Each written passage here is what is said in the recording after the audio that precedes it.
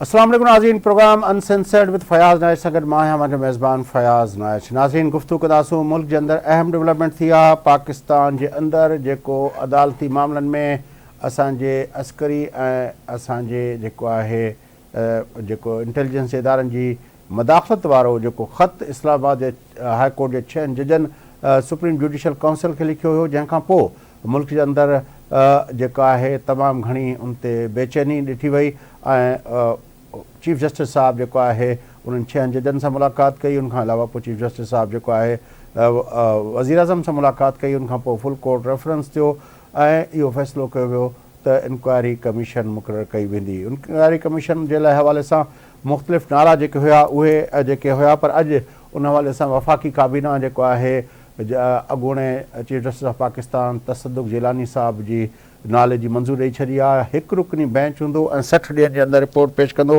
असांखे स्टूडियो में साईं सोहेल सांगी साहब जॉइन कयो आहे, जॾहिं त टेलीफोन लाइन ते सुप्रीम कोर्ट बार एसोसिएशन जा सदर आबिद ज़ुबैरी साहब असां गॾु आहिनि। अस्सलाम वालेकुम ज़ुबैरी साहब। ज़ुबैरी साहब अस्सलाम वालेकुम।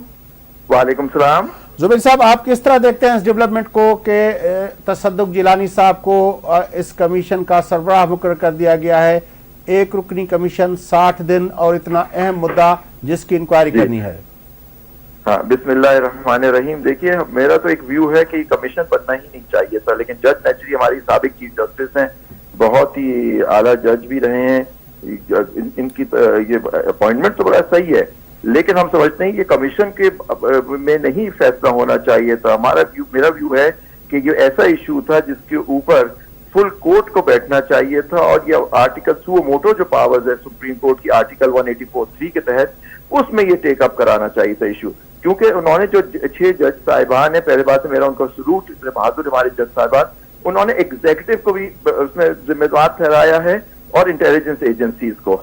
और ये जो कमीशन होता है, चाहे बेशक वो हेड कर रहे हैं हमारे एक साबिक चीफ जस्टिस पाकिस्तान, लेकिन पॉइंट इज दैट कि वो एग्जीक्यूटिव के उस पे होता है, एग्जीक्यूटिव के ऊपर है, उनके ऊपर तो इल्जाम है खुद।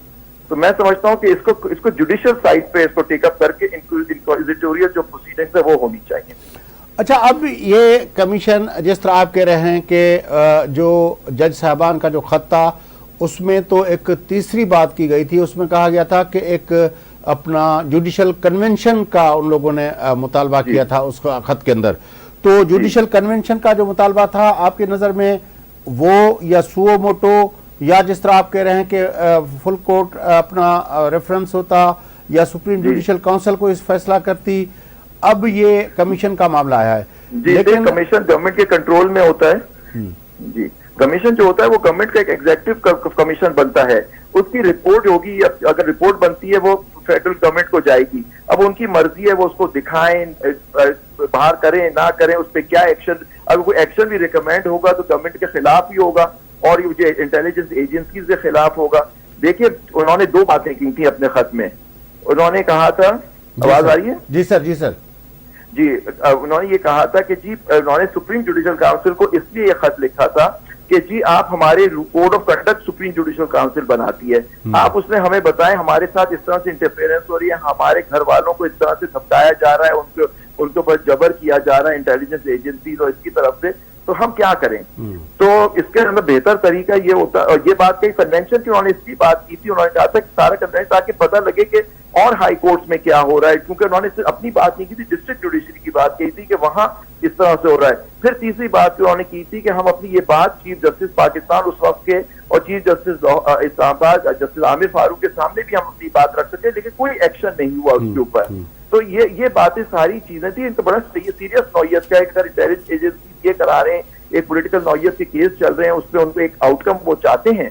तो इसके ऊपर मैं समझता हूँ कि इंक्वायरी करके और प्राइम मिनिस्टर का चीफ जस्टिस पाकिस्तान से मिलना इस बात पे, मैं समझता हूँ कि एक शिकायत एग्जीक्यूटिव के खिलाफ आ गई थी, तो बेहतर ऐसा तरीका ये होता कि जुडिशरी खुद इसके ऊपर एक कमीशन बनाती और देखती कि ये इंटरफेरेंस है, कंटेम्प्ट हुई है कोर्ट की, या ये चीजें हुई है, वो खुद देखना चाहिए था। लेकिन जिसको हम एग्जीक्यूटिव कह रहे हैं अपना ज़ुबैरी साहब, जो प्रैक्टिकली कॉन्स्टिट्यूशनली आईनी और कानूनी पोजीशन में तो एग्जीक्यूटिव एक ब्रांच है, रियासत का एक सुतून है, बिल्कुल है, लेकिन इसमें तो कोई शक नहीं है, लेकिन उनका ये काम थोड़ी है कि अदालती मामला। नहीं, मैं तो ये दूसरी बात कह रहा हूँ। मैं कह रहा हूँ कि लेकिन पाकिस्तान के अंदर जो एग्जीक्यूटिव का जो सिविलियन पार्ट होता है, जिसके मातहत होना है हमारे अस्करी और हमारे इंटेलिजेंस इदारों को, हमने देखा है कि वो जो सिविलियन पार्ट होता है वो उसको खुद कितने खदशात हैं कि उनके यहाँ भी मदाखलत होती है। आपको याद होगा कि किसी ज़माने में मरियम नवाज साहबा का वो जो है कमरा तोड़ा गया था और उस वक्त के IG सिंध को जो एब्डक्ट किया गया था। ये मामला तो होते हैं। अब वो सिविलियन एग्जीक्यूटिव और ये एक रिटायर्ड जज, ये मिलके कौन सा आप उससे आउटकम ले रहे हैं? मैं नहीं समझता, देखिए मैं नहीं समझता कुछ होगा। देखिए अब जो आपने जस्टिस शौकत सिद्दीकी का केस देखा, पर उन्होंने होल्ड किया कि उनके साथ जो हुआ कुछ, लेकिन जो जिन लोगों ने उनके खिलाफ ये एक्शन लिया जिसकी वजह से वो अपनी जजी से गए, उनके खिलाफ कोई एक्शन नहीं हुआ उस जजमेंट में। वो स्कॉट फ्री चले गए जस्टिस शौकत सिद्दीकी वाले उसमें। लेकिन यहाँ इनको देखिए ये मामला बहुत सीरियस है। अगर ये इंटरफेरेंस इस तरह से हुई है, अकबुज़मान आप कह रहे हैं मरियम नवाज मोहतरमा का दरवाजा तोड़ा गया, IG सिंध ने अंडर प्रोटेस्ट किए, हमारे मेहर साहब उस IG सिंध थे। तो इस पे देखिए पॉइंट है अब क्या हो रहा है। अब अनफॉर्चुनेटली सिविलियंस जो है उन्होंने अपनी सुप्रीमेसी जो थी, जो ये सारी ऑर्गेनाइजेशन सारी चीजें अंडर सिविलियन कंट्रोल होनी चाहिए, वो उन्होंने खुद ही सरेंडर कर दी है। तो हमारे मुल्क में जब ये सरेंडर कर दी एग्जेक्टिव ने, तो उसी के अंदर बनाए हुए एक कमीशन से हम क्या उम्मीद कर सकते हैं? तो आप समझते हैं कि इस कमीशन से सुप्रीम कोर्ट बार को कोई उम्मीद नहीं है? देखिए मैं इस वक्त सदर नहीं हूँ सुप्रीम कोर्ट में, साबिक सदर हूँ। Okay. सुप्रीम कोर्ट बार के सदर तो जो बयानिया वहां आया, वो बयानिया जो आया उसमें तो सुप्रीम कोर्ट बार के सदर मिले हैं चीफ जस्टिस ऑफ पाकिस्तान से जाके। वो हो सकता है उन मेजॉरिटी ऑफ जजेस से एग्री करते हो कि जी इस पे कमीशन बनना चाहिए, लेकिन हमें नहीं पता कि वहां जो सुप्रीम कोर्ट की फुल कोर्ट की मीटिंग हुई उसमें कितने जजों ने इख्तिलाफ किया इससे और उन्होंने कहा इसको जुडिशियल साइड पे टेकअप करें, वो हमें नहीं पता बात। लेकिन जो बात है कि जी इसको जुडिशियल साइड पे, क्योंकि जुडिशरी में इंटरफेरेंस हुई थी, तो जुडिशरी को इसको देखना चाहिए था बजाय एग्जेक्टिव जो आपने दे दिया कि जी कमिश्नर ऑफ इंक्वायरी एक्ट के तहत इसकी। जुबैरी साहब, जो खत के अंदर जो वाकयात कोट किए गए हैं वो सारे के सारे वाकयात उस वक्त के हैं जब काजी फायज ईसा साहब चीफ जस्टिस नहीं थे, उस वक्त चीफ जस्टिस कोई और साहब थे पाकिस्तान के, जस्टिस उमर बंदयाल थे। लेकिन उन्होंने उस खत में, अगर आप गौर से पढ़ें सर, उस खत को गौर से पढ़ें, उसमें उन्होंने कहा उस वक्त के तीनों सीनियर जजेस से वो मिले, जिसमें फाइज था और जस्टिस एजाजुल एहसन से भी उनकी मुलाकात हुई थी। तो ये बात उन लोगों ने सीनियर जजों के सामने भी रखी थी, आप पढ़ें उस खत में। हाँ, लेकिन उसमें यह खत में लिखा गया है कि फिर उस वक्त के चीफ जस्टिस ऑफ पाकिस्तान ने उनको कहा कि मेरी बात हो गई है इदारों के लोगों से, अब वो मुदाखलत नहीं, सॉरी, चीफ जस्टिस पाकिस्तान ने नहीं कहा, फिर से पढ़ें तो मुगालता हो रहा है आपको। Chief justice Islamabad high court ने कहा, और ये कह रहे हैं जो जस्टिस आमिर फारूक हैं जो अब भी चीफ जस्टिस हैं, उन्होंने कहा मेरी बात हो गई, वो इंटरफेयर नहीं करेंगे। लेकिन बात होना नहीं होती, बात यह है कि आपके जजों को, उनके घर वालों को डराया धमकाया जा रहा है, एक की बहनोई को अगवा किया गया, तो ये चीजें बात करने से नहीं होती, इस पे इतराक होना चाहिए। जिस आदमी ने ये किया उसको सख्त से सख्त सजा देनी चाहिए। तो बड़ी मेहरबानी आपकी जुबैरी साहब, आपकी मेहरबानी, आपने लिया मुझे, थैंक यू वेरी मच। साईं जुबैरी साहब जी गुफ्तगू ॿुधी। हाँ, इन में त उहा ई ॻाल्हि पे चयो जेका मूं कल्ह पे कल्ह तव्हां चई हुई। हा, त हिनखे जुडिशियल पासे खां खणणु खपंदो। ही त जेकॾहिं एग्ज़ीक्यूटिव ॾे वञूं था त सिफ़ारिशूं आहिनि, सिफ़ारिशूं ईंदियूं, पाण अॻे ई अलाए केतिरियूं कमीशनूं जेके ठहियूं, सिफ़ारिशूं आयूं, उन खां पोइ अलाए केॾां वयूं। हुमूद रहमान कमीशन हुई, मेमू गेट कमीशन हुई, पर इलाही सारियूं 7-8 त कमीशनूं हाणे ताज़ियूं जेके आहिनि उहे आहिनि। त मुंहिंजे ख़्याल में हिनखे जेको अहम ॻाल्हि आहे, जेको मूं कल्ह बि चयो पियो, ऑपरेटिव माना हिन में अमल वारो जेको पहलू आहे उहो त कमीशन नथी करे सघे न। ऐं हिकिड़े जज ते मुश्तमिल, ऐं उहो बि रिटायर्ड, उहो केतिरे क़दुरु इन सॼी शइ खे करे सघंदो, ॻोल्हे सघंदो, इहो इलाही सारो पर इहो तमामु डिघो आहे त अॻे सुप्रीम कोर्ट जे अंदरि हिकिड़ो केस हलियो हुयो, उहो जॾहिं पंहिंजो असांजे असगर ख़ान जो केस, उनमें जेके फाइंडिंग्स आयूं उनखां पोइ सुप्रीम कोर्ट जेको फ़ैसिलो कयो त भई हिन ते तव्हां कमु कयो, supreme court end of the day वरी त एग्ज़ीक्यूटिव खे हिदायतूं ॾींदी त हिन ते तव्हां कयो न, पर उहो एग्ज़ीक्यूटिव छा थी करे, उहो असांजो रिकॉर्ड जेको उन हवाले सां बि उहो वाज़े आहे त सुप्रीम कोर्ट जेकॾहिं खणे थी पई, उनखां पोइ सुप्रीम कोर्ट जेको कार्रवाई लाइ जेको चवंदी उहो वरी एग्ज़ीक्यूटिव ॾे हुनखे वञिणो पवंदो। सर उहो तव्हांजी ॻाल्हि बिल्कुलु सही आहे। ॻाल्हि आहे त उन असगर ख़ान केस में एतिरे पार्ट खां अलावा बाक़ी को बि स्पेसिफिक ऐं उनखे जंहिंमें एक्शन में वञिजे उहो न। मिसाल जे तौर ते अहिड़े क़िस्म जी का शइ हुन में कोन्हे भई तव्हां इहो 2 महीननि जे अंदरि असांखे हीअ सभु शयूं जेके हीअ करे ॾियो, या इन ते असीं जेको आहे सो बाक़ाइदे कोर्ट ऑफ इंक्वायरी था कयूं। कोर्ट ऑफ इंक्वायरी हिकिड़ी बिल्कुलु डिफरेंट शइ हूंदी आहे। त जेकॾहिं इहो तव्हां नथा कयो असीं हुन में था खणी वञूं त जी उहो कोन पंहिंजो इहो त मसइलो पंहिंजी जाइ ते, पर हाणे हिकिड़ो ॿियो मसइलो बि आहे, सिंध में पाणी जी शदीद खोट हा आहे इहो इलाही ऐं किराया उन हवाले सां असां कोशिशि कई आहे। हिन वक़्तु असांखे जॉइन कयो आहे ज़रीफ़ इक़बाल खेड़ो साहिबु, सेक्रेटरी आबपाशी आहिनि सिंध जा।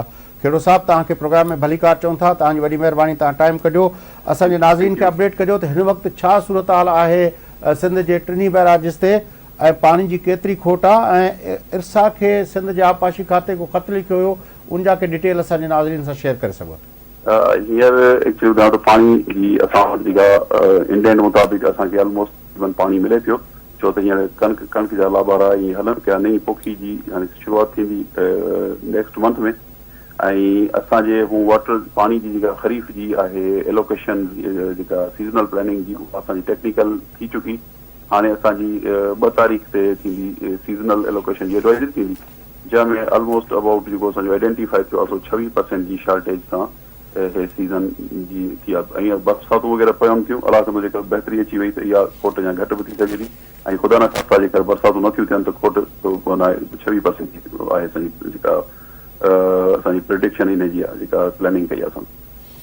अच्छा खेड़ो साहिबु, 5 मार्च ते सिंध हुकूमत को इरसा खे ख़त लिखियो वियो हो, उनखां पोइ टेक्निकल कमेटी जो इजलास 25 मार्च ते थियो हो, जंहिंमें सिंध खे आगाह कयो वियो त पहिरां 2 तहत जेको आहे पंहिंजो जेका 91 जो अकार्ड आहे, उनजे पहिरां 2 तहत विर्छ कोन थींदी, माज़रत कई वई।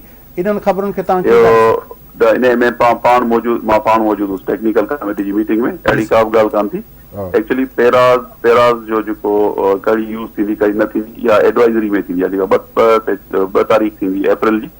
बाक़ी इन में जेको 25 तारीख़ ते टेक्निकल कमेटी जी मीटिंग में प्रोबेबिलिटी त केतिरो पाणी आहे जेको एक्सपेक्ट कयूं पिया जेको मुख़्तलिफ़ दरियाहनि मां ईंदो, ऐं उन में खोटी सूबनि में केतिरी थी सघे थी, डैम्स केतिरा कहिड़े तरीक़े सां भरंदासीं, ऐं कीअं असां अर्ली ख़रीफ़ ऐं उन खां पोइ अॻिते जे मौसम खे मुंहुं ॾींदासीं।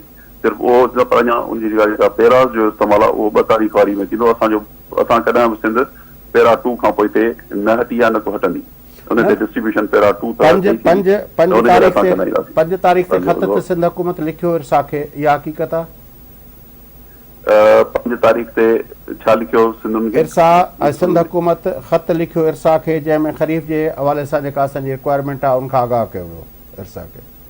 असांजो ख़त इहो रेगुलर करस्पॉन्डेंस जेका असांजो डायरेक्टर रेगुलेशन कंदो आहे उन सां इरसा सां, उहा उनजा ख़बर न आहे त कॉन्टेंट्स छा आहिनि, मां ॾिसी थो वठां उनखे 5 तारीख़ वारे खे। पर अहिड़े क़िस्म जी जेका असांजी डिस्ट्रीब्यूशन आहे उहा असांजी 25 तारीख़ जेका डिसाइड थी उहा असांखे उहा ॿुधाई, ऐं उन जेका 26% जी मुतवक़ा शॉर्टेज थींदी अगरि बरसातूं न पयूं त।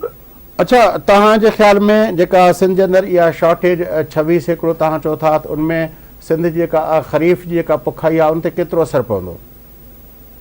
ॾिसो, हर साल असां वटि जेको पोयनि जेको 10-15 सालनि जो डेटा आहे, इहा असां वटि शॉर्टेज हलंदी पई अचे ख़रीफ़ जी, अर्ली ख़रीफ़ में, माना अर्ली ख़रीफ़ असां चवंदा आहियूं 1 अप्रैल खां वठी 10 जून ताईं, त इहे अहिड़े क़िस्म जी आहे हलंदी साॻियो ई पैटर्न आहे। ऐं इन करे असांजे हाणे असांजा जेके आबादगार बि आहिनि इन सां, ऐं असां इरीगेशन वारा बि कुझु रोटेशन अगरि करणियूं पवंदियूं त करे असां पाणी जो फसल ते जी पोखाई ते असरु थियणु कोन ॾींदा आहियूं। तंहिंजे करे अलाह कंदो त इहो पोखाई ते असरु कोन पवंदा, कल्टिवेशन टारगेट साॻिया रहंदा ऐं प्रॉब्लम न थींदो इंशाअल्लाह। त इन में छा को इहो पंहिंजो डिस्ट्रीब्यूशन जो इशू आहे या मथां सिस्टम में पाणी घटि आहे? ॾिसो, पाणी जो जेको सिस्टम में आहे न अवेलेबिलिटी आहे उहो असां वटि इहा हर साल हिन बेसन जो पाकिस्तान जे दरियाउनि जो ट्रेंड आहे। कॾहिं कॾहिं 1 अप्रैल खां 10 जून ताईं पाणी जी खोटी जो कुझु तक़ाज़ो थींदो आहे त हूंदी, पर अलाह जी महिरबानी सां बरसातूं वग़ैरह थींदियूं आहिनि त तकलीफ़ ऑलमोस्ट असांजा इहे पूरा थींदा आहिनि। पर अर्ली ख़रीफ़ थोरो स्ट्रेस हूंदी आहे, माना 10 जून ते असांजे सिस्टम में स्ट्रेस थींदी आहे जेका मुख़्तलिफ़ तरीक़नि सां, जंहिंमें रोटेशन वग़ैरह करे असां उनखे पूरो करे पाणी खातेदारनि खे पूरो करे ॾींदा आहियूं। तव्हांजो ख़्यालु आहे त मथे सिस्टम में पाणी घटि आहे जंहिंजे करे असांखे 26% खोट पई थिए? इहो नेचुरल सभई दरियाहनि में असांजा ट्रेंड आहिनि जेके इन में इहे शॉर्टेजिस अचनि पियूं सिस्टम में, वॾे अरसे खां वठी इहो पैटर्न इहो ईअं ई आहे। अच्छा, इहो नेचुरल आहे, अगेन दैट इज़ नेचुरल। खेड़ो साहब जेको असां जेके हिन वक़्तु असांजा रिज़र्वायर्स आहिनि अप स्ट्रीम ते उन्हनि जी का डेटा असां सां शेयर करे सघो था त उते छा सूरत हाल आहे असांजे टिनी रिज़र्वायर्स जी? जी मां तव्हां रिज़र्वायर्स में पाणी हींअर जेको बिल्कुलु घटि आहे हिकिड़ो जेकर मां तव्हांखे ॾिसां त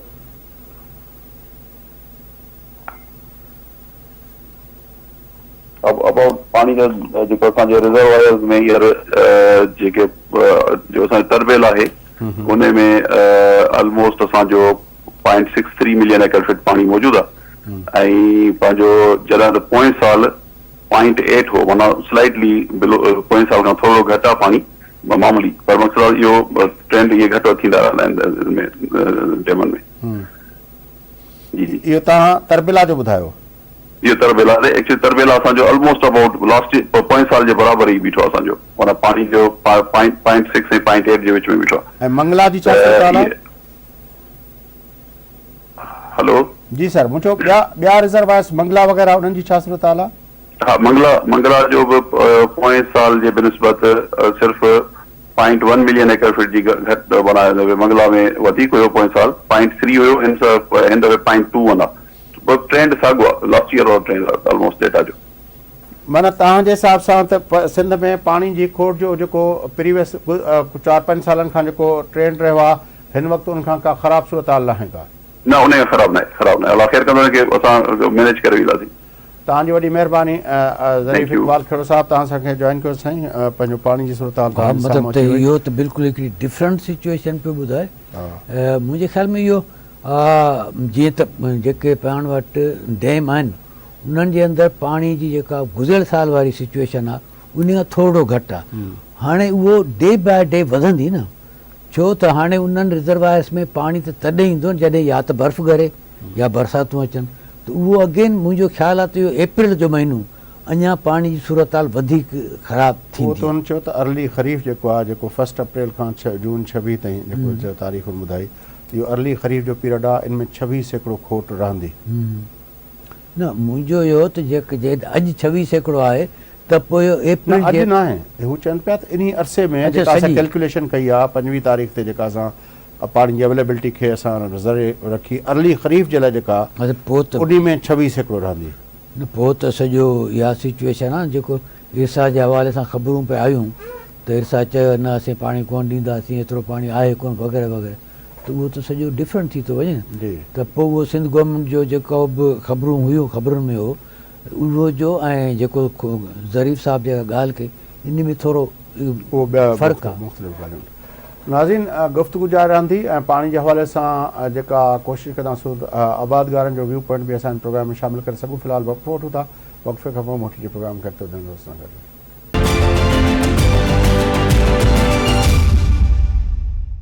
वेलकम बैक नाज़रीन अॼु प्रोग्राम जे सिलसिले खे अॻिते वधायूं गुफ़्तगू हलंदड़ हुई सिंध में पाणी जी खोट जे हवाले सां ऐं वक़्फ़े ते वञण खां पहिरियों सिंध जा आबपाशी खाते जा सेक्रेटरी ज़रीफ़ इक़बाल खेड़ो साहब असां गॾु हुआ। गुफ़्तगू तव्हां ॿुधी तोड़े जो खेड़ो साहब असांखे जेका अपडेट ॾिनी उन मुताबिक़ सिंध जे अंदरि अर्ली ख़रीफ़ में 26% पाणी जी खोट थींदी पर उनजो चवणु इहो हो त इहो पैटर्न जेको आहे गुज़िरियल केतिरनि सालनि खां वठी हलंदो पियो अचे इहा का तशवीश जहिड़ी ॻाल्हि कोन्हे।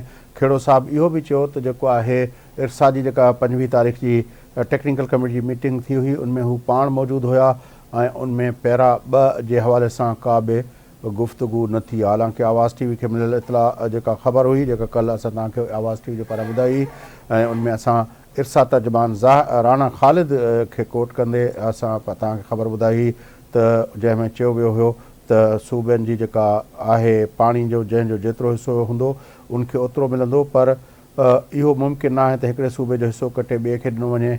उन में तर्जुमान जो इहो बि चवणु हुयो त ख़रीफ़ में पाणी जी विर्छ 3 रुखे फार्मूला तहत थींदी माना 3 टियर फार्मूला जेको दरअसल 91 जे अकाठ जे बरअक्स आहे उहो पोइ वरी जेको आहे उनजो अरेंजमेंट कयो वियो छाकाणि त 91 जे अकाठ में पैरा 2 जेका आहे उहा बिल्कुलु वाज़े चवे थी पई उनमें चयल वियो आहे त जंहिंजो जेतिरो पाणी हूंदो उनखे ओतिरो पाणी मिलंदो ऐं जेकॾहिं खोट हूंदी त उन हिसाब सां उन परसेंटेज जे हिसाब सां खोट हर सूबो खणंदो जेकॾहिं पाणी वधीक हूंदो त उन हिसाब सां उहो वाधू पाणी उन सूबे खे मिलंदो पर 3 टियर फार्मूला जे तहत उनमें चयो वियो त उनमें हिस्टोरिक पैटर्न ॾिठा वेंदा ऐं उनखां पोइ इहो बि चयो वियो त जेके 2 सूबा आहिनि खैबर पख्तूनख्वा ऐं बलोचिस्तान उनखे जेको आहे खोट खणण खां उन्हनि खे जेको आहे मुस्तशना करार ॾिनो वियो। इहो 3 टियर फार्मूला जेको आहे जेको 91 जे अकार्ड जी दरअसल भञकड़ी आहे उनजी ॻाल्हि कई हुई। इरसा जे तर्जुमान हिन वक़्तु असांखे सिंध चैम्बर ऑफ एग्रीकल्चर यानी ऐवान ज़राअत सिंध जे अॻवान ऐं मारूफ़ आबादगार जनाब ज़ाहिद हुसैन बुरगली साहब जॉइन किया है। तो उनको सां गुफ्तगू। बुरगली साहब सलाम अलैकुम। ज़ाहिद हुसैन बुरगली साहब सलाम अलैकुम। वालेकुम सलाम। बुरगली साहब छा सूरत हाल है सिंध में? कल असां आवाज़ टीवी जे पारां इहा ख़बर हलाई हुई तो सिंध जे जेको कोटड़ी डाउन स्ट्रीम आहे उते वारी पई उॾे हिकिड़ो फुड़ो बि पाणी जो हेठि कोन पियो अचे। मजमूई तौर ते ज़रीफ़ खेड़ो साहब सां हिन प्रोग्राम में कुछ मिंट पहिरियों जेका गुफ्तगू थी उनमें हुनजो चवणु इहो त इहो जेको आहे 26 एकड़ो अरली ख़रीफ़ में खोट थींदी, पर इहा जेका आहे हुनजो चवणु इहो त इहा का परेशानी जी ॻाल्हि कोन्हे। इहो हिकिड़ो पैटर्न आहे जेतिरो केतिरनि सालनि खां वठी हलंदो पियो अचे ऐं सिंध में ख़रीफ़ जी पोखाई ते हुनजो को इम्पेक्ट न पवंदो। ऐवान ज़राअत सिंध जे असेसमेंट छा थी चए हुन हवाले सां? सही, वॾी महिरबानी तव्हांखे मूंखे टाइम ॾियण जो। ॻाल्हि इहा आहे जो ऐवान ज़राअत जो हिकिड़ो कफ़ रहियो आहे शुरू खां त बाबा अरली ख़रीफ़ जे लाइ जेको आहे सो तव्हां डेमनि में पाणी खे बचाए रखो। घटि में घटि जेको आहे सो अरली ख़रीफ़ लाइ तव्हांजो जेको डेम डेड लेवल थी थो वञे उहो न थिए। हाणे रिज़ल्ट छा आहे जो अॼु तव्हांजो चश्मा जेको आख़िरी केनाल आहे पंजाब जो उते 41,500 क्यूसिक पाणी आहे। तव्हांजो जेको आहे सो अप स्ट्रीम जेको आहे सखर उहो 25,000 कुझु आहे, डाउन स्ट्रीम आहे 6,000। हाणे 19,000 क्यूसिक पाणी जेको आहे सो सखर में 7 केनाल जेके 7 केनाल आहिनि सखर जा उन्हनि लाइ तव्हां 19,000 क्यूसिक पाणी अवेलेबल आहे। नारा अॼु आहे तक़रीबन 7,500 ऐं रोड़ी केनाल जेके 2 वॾा तव्हांजा वॾा केनाल आहिनि उहो आहे 7,800 ऐं डाउन स्ट्रीम डाउन स्ट्रीम जो कोटड़ी घाट वञण जो को सुवाल ई पैदा कोन थो थिए। हिते हींअर जेको आहे तो माण्हुनि जी फुटी जी पोखाई कोन थी थिए त डाउन स्ट्रीम किथां वेंदो केवला पाणी? हींअर पोखाई लाइ पाणी पूरो कोन्हे। त तव्हांजो छा चवणु आहे त इहो जेको इहा जेका खोट आहे खेड़ो साहब जे बकौल त इहा खोट जेका आहे इहा गुज़िरियल इहो पैटर्न आहे, इहा का तशवीश जहिड़ी ॻाल्हि कोन्हे। सिंध जी ज़रई मईशत ते उनजो को नेगेटिव इम्पैक्ट हू कोन था ॾिसनि ऐं हुननि जो चवणु इहो त इहो मैनेजेबल शइ आहे ऐं आबपाशी खातो इन खे मैनेज कंदो। सिंध जो को बि आबादगार इन जे करे सफ़र कोन कंदो, उनखे भोगणो कोन पवंदो। ऐवान ज़राअत सिंध छा थी उनजी असेसमेंट छा थी चए? मां असांजो चवणु इहो हो त जेकॾहिं ॾिसो हमेशह जेको आहे सो तव्हां वटि फरवरी में टरबेला जेको आहे सो डेड लेवल ते अची वेंदो आहे। असांजो चवणु इहो आहे त हिन टाइम ते घटि में घटि जेको आहे सो हींअर सखर ते 40,000 क्यूसिक पाणी हुअणु खपे, छो जो हिकिड़े पासे जेको आहे सो कॉटन जी सोइंग हले पई। हाणे हींअर छा आहे जो तव्हां वटि हर जाइ ते एकियो पाणी थी वियो आहे। तव्हांजो जेको नारा केनाल आहे नारा केनाल ते 2 हफ़्ता शाखूं बंदि थियनि थियूं, हफ़्तो पाणी हले थो। ऑब्वियसली हेॾी झक हेॾी मिटी ऐं उन में जेकॾहिं 2 हफ़्ता पाणी बंदि हूंदो हफ़्तो पाणी हलंदो त फुटी जी पोखाई जेको तव्हांजो मेन क्रॉप आहे जेको तव्हांजो फॉरेन एक्सचेंज कमाए थो उन जी पोखी हींअर मुतासिर आहे। हींअर 2 हफ़्ता शाखूं बंदि पयूं आहिनि, तव्हांजे पोखी जो कमु तक़रीबन हींअर बंदि आहे। त मुंहिंजो ख़्यालु आहे अफेक्ट बिल्कुलु थींदो, केरु चए थो अफेक्ट कोन थींदो। जॾहिं तव्हां वटि आहे ई सकर 25,124 क्यूसिक टोटल आहे सकर। डाउन स्ट्रीट में तव्हां छॾियो पिया 6,000 क्यूसिक जेको डाउन स्ट्रीट में इहो पुॼे थो वञी रोड़ी कोटड़ी बैराज ते वञी कोटड़ी बैराज ते इहो पुॼंदो वधि में वधि 4,000 क्यूसिक। 4,000 कोटड़ी जी पंहिंजी ज़रूरत आहिनि, पाणी पीअण जो आहे, कराची जो पाणी आहे। डाउन स्ट्रीम वञण जो त कोई हींअर इहा ॻाल्हि त हिकिड़ी माना अजीब ॻाल्हि आहे। डाउन स्ट्रीम हींअर समुंड में पाणी वञण जो हिकिड़ो वारी छा उॾामंदी, पर हिते हर शइ उॾामी सघे थी। हींअर त को चांस डाउन स्ट्रीम जो चांस फ़िलहाल जेको आहे सो जेसि ताईं मॉनसून शुरू नथो थिए को मूंखे चांस नाइसाब ॾिसण में कोन थो अचे। डाउन स्ट्रीम में कोटड़ी ते 3600 जो पाणी रिकॉर्ड कयो वियो आहे। तव्हांजे ख़्याल में अप स्ट्रीम कोटड़ी ते इहो पाणी कोटड़ी बैराज जे ते जेको असांजी पोखी थींदी अर्ली ख़रीफ़ में या हिन वक़्तु जेका ज़रूरत आहे उन मुताबिक़ तव्हांजे ख़्याल में असांजी सफिशिएंट आहे? 26% 1/4 आहे, यानी चौथों हिसो जेकॾहिं खोट आहे त इहो त तमामु वॾो इम्पैक्ट पवणु घुरिजे। तव्हांजे ख़्याल में खेड़ो साहिबु चवनि था त इहो को इम्पैक्ट न पवंदो, वाक़ई उन सां असांजी ज़राअत ते को इम्पैक्ट न पवंदो इन खोट जो? साईं हिकिड़ी ॻाल्हि इहा आहे त जेको तव्हांजो कोटड़ी बैराज आहे, कोटड़ी बैराज नॉर्मली जेको आहे सो हिते सारियालो फसुल थिए थो के बि फीडर वग़ैरह ते, ऐं इन में जेको आहे सो 1200 क्यूसिक अॻियां वञी कराची K4 खे तव्हांखे पाणी ॾियणो आहे, उन खां पोइ तव्हांखे हैदराबाद खे पाणी ॾियणो आहे। इहो जेको तव्हां 3600 ॿुधाए पिया इन जो 60% पाणी त कराची ऐं हैदराबाद जे पीअण जो हलियो वेंदो, बाक़ी जेको आबादी लाइ त एतिरो पाणी को मुयसर कोन्हे। बाक़ी रहियो सुवाल त अफेक्ट थींदो, ऐं सम्झा थो त अफेक्ट थींदो, ख़ासि तौर ते जेको हींअर नारा केनाल ऐं रोड़ी तव्हांजा ॿ हिकिड़ा मेन केनाल आहिनि सिंध जा, हिकिड़ो नारा आहे ऐं ॿियो कोटड़ी आहे। तव्हांजो वॾे सिंध जी ज़राअत जो दारो मदार इन्हनि ते आहे, ॿिनि केनालनि ते घणो भाङे। उहे जेके आहिनि से हींअर 21 पाणी ते अची विया आहिनि। 2 हफ़्ता हिते वाराबंदी 2 हफ़्तनि जी हले पई, हफ़्तो पाणी हले पर नारा जी जेका आहे डिस्चार्ज आहे 7,500 आहे ऐं रोड़ी जी जेका डिस्चार्ज आहे उहो 8,500 आहे। त तव्हांजे ख़्याल में अॼु जी जेका इहा रिपोर्ट आहे तव्हांजे ख़्याल में? सर मां उहा ई ॻाल्हि पियो कयां त हिकिड़ी 8,700 आहे, हिकिड़ी 7,500 हाणे इहा जेका आहे इन में लाइन लॉसेस वग़ैरह सभु शइ कढी। हाणे मूंखे हिकिड़ी ॻाल्हि ॿुधायो, जेकॾहिं तव्हां पाण हिकिड़ी आम ज़मीनदार मुंहिंजी ॻाल्हि खे सम्झी सघे थो, जॾहिं तव्हां वटि 21 पाणी हूंदो, 15 ॾींहं जॾहिं शाखूं बंदि थींदियूं, हिकिड़ो हफ़्तो जॾहिं शाख हलंदी, तव्हां ॿुधायो इन में पुखाई थी सघे थी? वॾी महिरबानी बुर्गड़ी साहब, तव्हां असांखे अपडेट कयो। नाज़रीन, ज़ाहिद हुसैन बुर्गड़ी साहब ऐवान ज़राअत सिंध जा अॻवान ऐं मुल्क जा मारूफ़ जेके आहिनि आबादगार आहिनि, उन्हनि जो व्यू पॉइंट तव्हां ते पहुतो। ऐं उनखां पहिरें सेक्रेटरी आबपाशी जेको आहे ज़रीफ़ इक़बाल खेड़ो साहब जो व्यू पॉइंट तव्हां ते पहुतो। सिंध जे बैराजनि जी सूरत हाल जेका आहे उनजे हवाले सां बि तव्हांखे अपडेट ॾिनोसीं त टिनी बैराजनि जी जेका सूरत हाल आहे, ऐं उन सूरत हाल में जेको एंड पॉइंट आहे उहो इहो आहे त कोटड़ी डाउन स्ट्रीम ते हिकिड़ो फुड़ो बि पाणी जो जेको आहे उहो उनजी डिस्चार्ज न आहे, 1 क्यूसिक जी बि डिस्चार्ज न आहे। ऐं कल्ह आवाज़ TV जी स्क्रीन तव्हांखे ॾेखारियो त डाउन स्ट्रीम ते वारी उॾामंदे तव्हांखे नज़र आई हुई। साईं सांगी साहब, पाणी हाणे ॿई मौक़िफ़ तव्हां ॿुधा, खेड़ो साहब जो ॿुधो, हीअ बि ॿुधो, ऐं उन सां गॾो गॾु जेको आवाज़ TV जेका रिपोर्ट आहे कल्ह जी जेका उनमें जेको इरसा जो जेको तर्जुमान खे असां कोट कयो आहे उहा बि तव्हां ते साम्हूं आहे। हिन में पहिरीं ॻाल्हि आहे त 26 खोट हुजणु इहो त चोथों हिसो न आहे, चौथे सां वधीक आहे। हाणे हिन में ॻाल्हि इहा आहे त उन जो मतिलबु इहो थियो त एतिरो पार्ट त ज़रूरु मुतासिर थींदो न। इहो को आर्गूमेंट कोन्हे त भई असां 10 सालनि खां इहो पियो थिए तंहिंजे करे हाणे बि थींदो, हिकिड़ी ॻाल्हि। ॿी ॻाल्हि इहा त जीअं बुर्गड़ी साहिबु चयो पिए त भई हिते जेको डेड लेवल ते हूंदो आहे तरबेला, त तरबेला हींअर डेड लेवल ते कोन्हे, जेको खेड़ो साहिबु ॿुधाए पियो। हू पियो ॿुधाए त कोई सम 0.1 जेको आहे सो उहो मिलियन एकड़ फुट पाणी जेको आहे घटि आहे गुज़िरियल साल जी भेट में। ऐं अहिड़े तरह सां मंगला जो बि तक़रीबन इहो पियो ॿुधाए त जेकॾहिं उहो पाणी उते मौजूदु आहे त पोइ त इहो कंहिं हद ताईं त इन खोट खे जेको आहे सो एड्रेस करे पियो सघिजे न। जी अच्छा, ॿिए पासे इहो आहे त जेको चश्मा झेलम लिंक कैनाल जो तव्हां ॿुधाए पिए त उते 40,000 एकड़ फुट 40,000 क्यूसिक पाणी जेको आहे वहे पियो, त 40,000 क्यूसिक त वॾो पाणी आहे।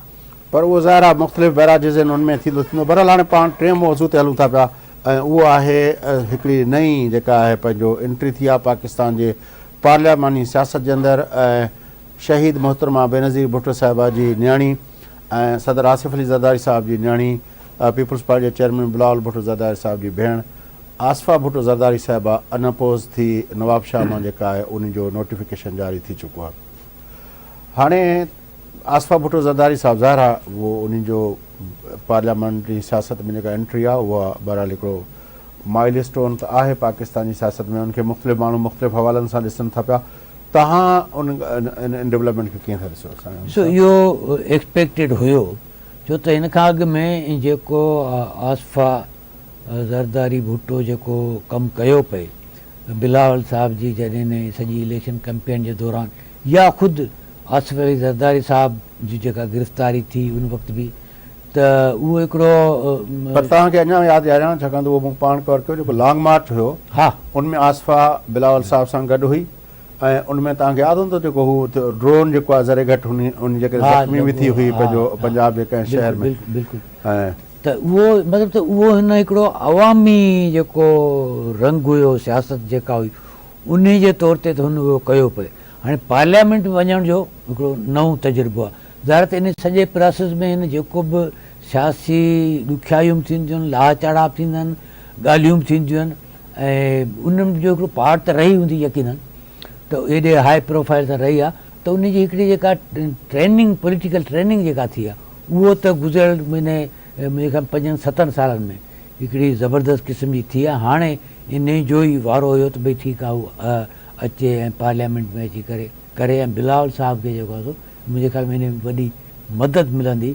ऐं इहो बि जेको पहिरीं इहो ख़्यालु हो त भई आसफा शायदि इन में न अचे जेसि ताईं त बिलावल साहब वारो जेको सॼो मामिलो हले पियो, हीउ हिकिड़ो या फैमिली ऐं पार्टी ॿई इन खे हिकिड़े स्पेयर जे तौर ते रखनि पिया, त बारा ॼमारा थींदा आहिनि त भई केॾी महिल को हिकिड़ो को एक्शन थी सघे थो त कुझु बचाए रखिजे जेको कमु अचे, त उन जे तौर ते जेको हिकमत अमली में रिज़र्व फोर्स रिज़र्व फोर्स हिकमत अमली में बिल्कुलु जंगी हिकमत अमली में ब्रिटिश फोर्सेस हूंदियूं जेके रिज़र्व फोर्सेस हूंदियूं, त इहो मतिलबु हिकिड़ो कुझु मुबसरनि जो ख़्यालु हो त उन जे तौर ते आहे। पर हाणे मुंहिंजे ख़्याल में उन जी शायदि ज़रूरत न पई सम्झी वञे, या हींअर हुनजी वधीक ज़रूरत आहे त आसफा साहिबा पाण जेको पार्लिमानी पॉलिटिक्स में अचे, इहो हिकिड़ो सुठो एक्सपीरियंस थींदो। अगेन इन में हिकिड़ो ॿियो जेको तमामु अहम ॻाल्हि आहे उहा इहा आहे त भई हिन में छाकाणि जो हीउ बिल्कुलु ई हिकिड़ा जंहिंखे यंग जनरेशन खे रिप्रेज़ेंट करे सघे पई, हिन जो पंहिंजे जेको एज ग्रुप आहे उन हवाले सां बि जेका हुनजी सोच आहे उन सां, हाणे इहो केतिरो उन सॼे यूथ खे हक़ीक़ी माना में अट्रैक्ट करे सघे थी पंहिंजे सभिनी जेके एक्शन्स आहिनि उन्हनि में, पंहिंजे पॉलिसियुनि में, पार्टी जे अंदरि पॉलिसियूं ठाहिण में, हुकूमत जिते जिते पीपल्स पार्टी जी आहे ऐं जिते जिते उहो शामिलु आहे उते, प्लस पार्लियामेंट में उन यूथ जे वाक़ई हक़ीक़ी तौर ते कीअं आवाज़ हुनजो बणिजी सघे थी, इहो ॾाढो इम्पोर्टेंट आहे। मुंहिंजे ख़्याल में त जेको हीउ डेवलपमेंट आहे उहो तमामु हिकिड़ी ख़ुशान डेवलपमेंट आहे। मां इन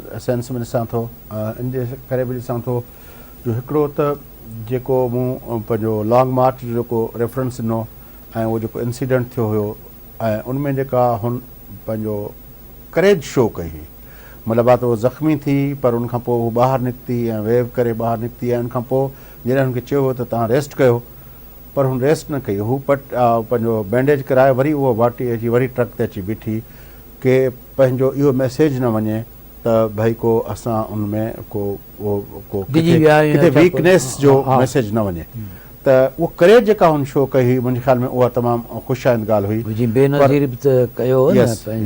बीबी साहब वारे उहो रिफ्लेक्शन असांखे उन ॾींहुं बसि, छाकाणि त मां पाण उहो कवर करे वियोसि। ॿियो इहो हुयो त हीउ तव्हांखे यादि हूंदो त कंहिं दौर में इरफानुल्लाह मुरवत जेको आहे उहा पंहिंजो पीपल्स पार्टी में शमूलियत इख़्तियार कई हुई। उन वक़्तु बख़्तियार भुट्टो ज़रदारी साहिबु आहे ऐं आसफा भुट्टो ज़रदारी साहिबु आहे, उन्हनि बिल्कुलु सख़्तु स्टैंड वरितो हुयो ऐं आसिफ अली ज़रदारी साहिबु पोइ उहो फ़ैसिलो वापसि वरितो हुयो। त इहे प्रोएक्टिव आहिनि पंहिंजो आसफा भुट्टो ज़रदारी साहिबु आहे, ऐं उन सां गॾोगॾु उनमें औरतुनि जे हवाले सां जेका उन वक़्तु बि उनजो जेको एतिराज़ु हुयो त जीअं माण्हू जेको आहे औरतुनि जे हवाले सां जेको आहे वीना हयात ऐं ॿिया जेके मामला हुआ उन्हनि जे हवाले सां, त उन ते उन्हनि सख़्तु जेको आहे पंहिंजो स्टैंड वरितो। त पंहिंजो इहे ऐं उनखां पोइ जेको आहे जेका तव्हां जेका टीं ॻाल्हि जेका आहे त हिन वक़्तु जेका पाकिस्तान पूरे खे हिकिड़ी यूथ लीडरशिप जी जेका ज़रूरत आहे, यूथ लीडरशिप बिलाल साहब जी बि हिकिड़ी यूथ लीडरशिप आहे, हीअ उन में उनखे एड करे थी पई। यस, त पूरे पाकिस्तान में हिन वक़्तु जेका बि सियासी पार्टियूं आहिनि उनमें सभ खां जेकॾहिं का यूथ लीडरशिप जो तसवुरु अमली जामो जंहिं कंहिं पारायो आहे या जंहिंजी लीडरशिप नौजवाननि जे हथ में आहे, माना हू त चवनि था नौजवान जूं ॻाल्हियूं करणु, नौजवान लाइ प्रोग्राम ठाहिणु, न, ही बाक़ाइदा नौजवाननि जे हथ में क़यादत आहे। ऐं उहा ॼण चओ त आसफा जे अचण सां उहा यूथ लीडरशिप आहे उहा वधीक स्ट्रेंथन थींदी। तव्हांजी वॾी महिरबानी। पंहिंजो सांगी साहिबु प्रोग्राम जो वक़्तु पूरो थिए थो। नाज़रीन, प्रोग्राम जो वक़्तु पूरो थिए थो। पंहिंजे मेज़बान फयाज़ नाइच, असांजे पॉलिटिकल एनालिस्ट जनाब सोहेल सांगी साहिब खे इजाज़त सदाईं गॾु।